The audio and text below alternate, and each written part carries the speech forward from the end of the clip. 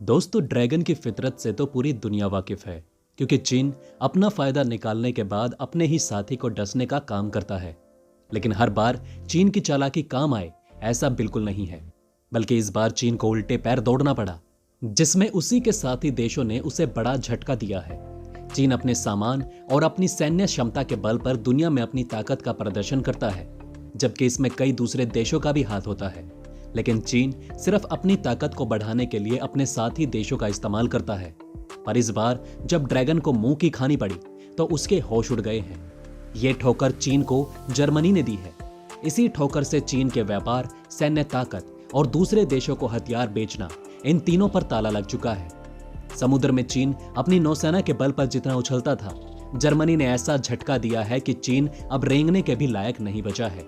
तो चलिए दोस्तों, जानते हैं आखिर जर्मनी ने ऐसा क्या किया और चीन अब अफसोस में दुबक चुका है। दोस्तों, यूरोप में जर्मनी चीन का सबसे बड़ा और इकलौता साथी था। एंजेला मर्केल के जमाने से जर्मनी और चीन के रिश्ते बहुत गहरे थे।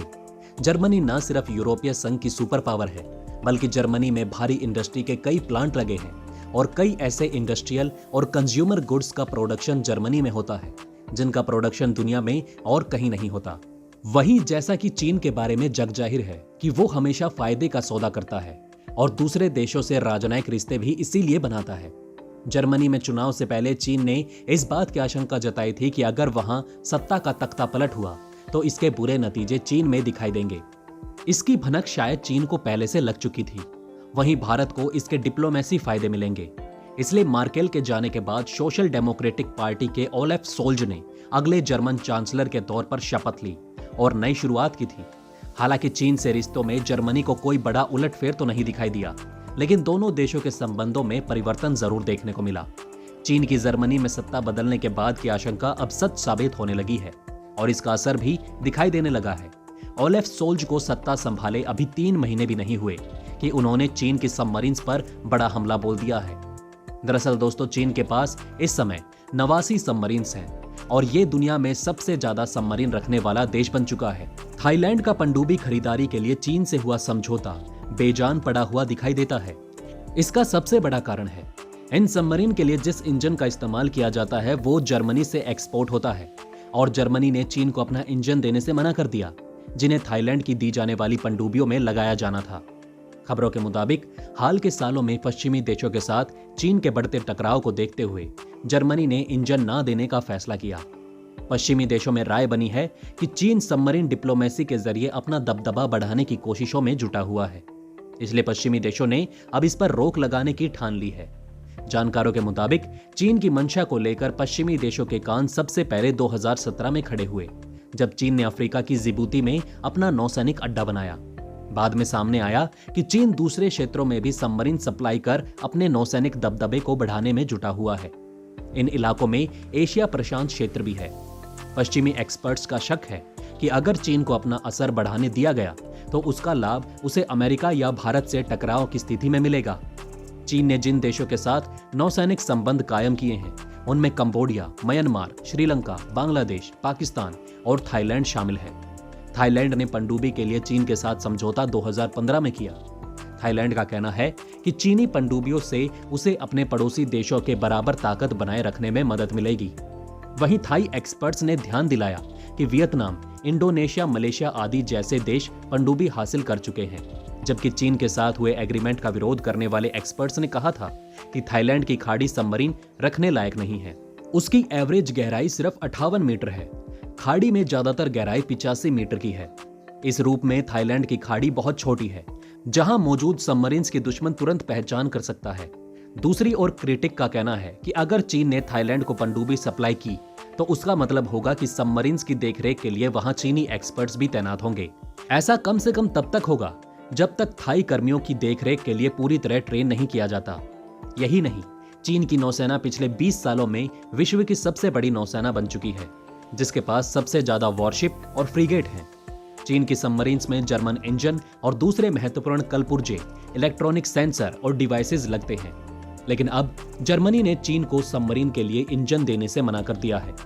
चीन ने जर्मनी के साथ अपने रिश्ते इतने अच्छे इसलिए बनाए हुए थे कि वो चीनी सबमरीन्स के लिए इंजन और दूसरे पार्ट्स, इलेक्ट्रॉनिक डिवाइस और सेंसर मुहैया कराता रहे। चीन ने अपनी नौसेना को मजबूत बनाने के साथ दूसरे देशों के साथ उन्हें सबमरीन्स बेचने का सौदा भी कर लिया था। यानी चीन अमेरिका, रूस, फ्रांस और इजराइल के बाद सबसे बड़ा हथियारों का निर्माता और विक्रेता बनना चाहता था। लेकिन जर्मनी के इस फैसले के बाद चीन के सपनों को बड़ा धक्का लगा है। अगर ये कहा जाए कि चीन की नौसेना को इतना बड़ा और मजबूत बनाने में जर्मनी का भी बड़ा योगदान है, तो कोई गलत बात नहीं होगी। चीन को तकनीकी मदद जर्मनी ने एंजेला मर्केल के 16 साल की सत्ता में शुरू की थी, जो अब तक जारी रही। लेकिन ओल्फ के आने के बाद खेल बदल चुका है। लेकिन वहीं दोस्तों, खबर यह भी है कि थाई कर्मियों की कुछ ट्रेनिंग अभी चीन में चल रही थी। एक नौसेना के सुपरवाइजर ने वेबसाइट एशिया टाइम्स में कहा कि चीनी शाही थाई नौसेना के कर्मियों को सबमरीन्स के इस्तेमाल के बारे में ट्रेनिंग दे रहा है।